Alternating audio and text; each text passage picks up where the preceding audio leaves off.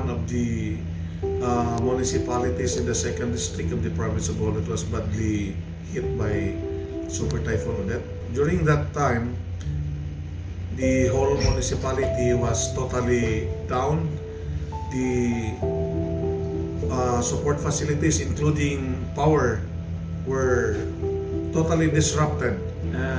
Chris gave us in our office one set of a solar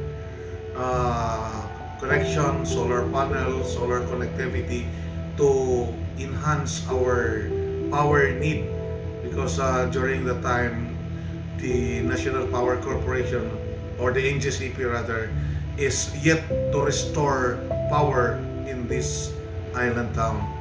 Ikaw si Ernesto Abapo, kagawad sa Barangay Tintinan. Ana ay ihatag nga solar sa Chris nga among magamit sa among barangay. Ug ako kayo mig pasalamat sa maong butang kay among magamit sa mga kalamidad o uban pa na among gagamitan. Ako si Conchita J. Gabiana, ang barangay treasurer sa amo ang barangay Tintinan. Then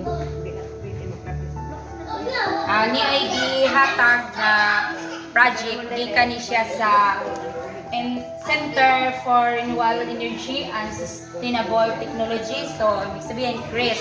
Ako kayo mig pasalamat sa maong mga butang na gihatag kaninyong tanan nga nagluma naning solar.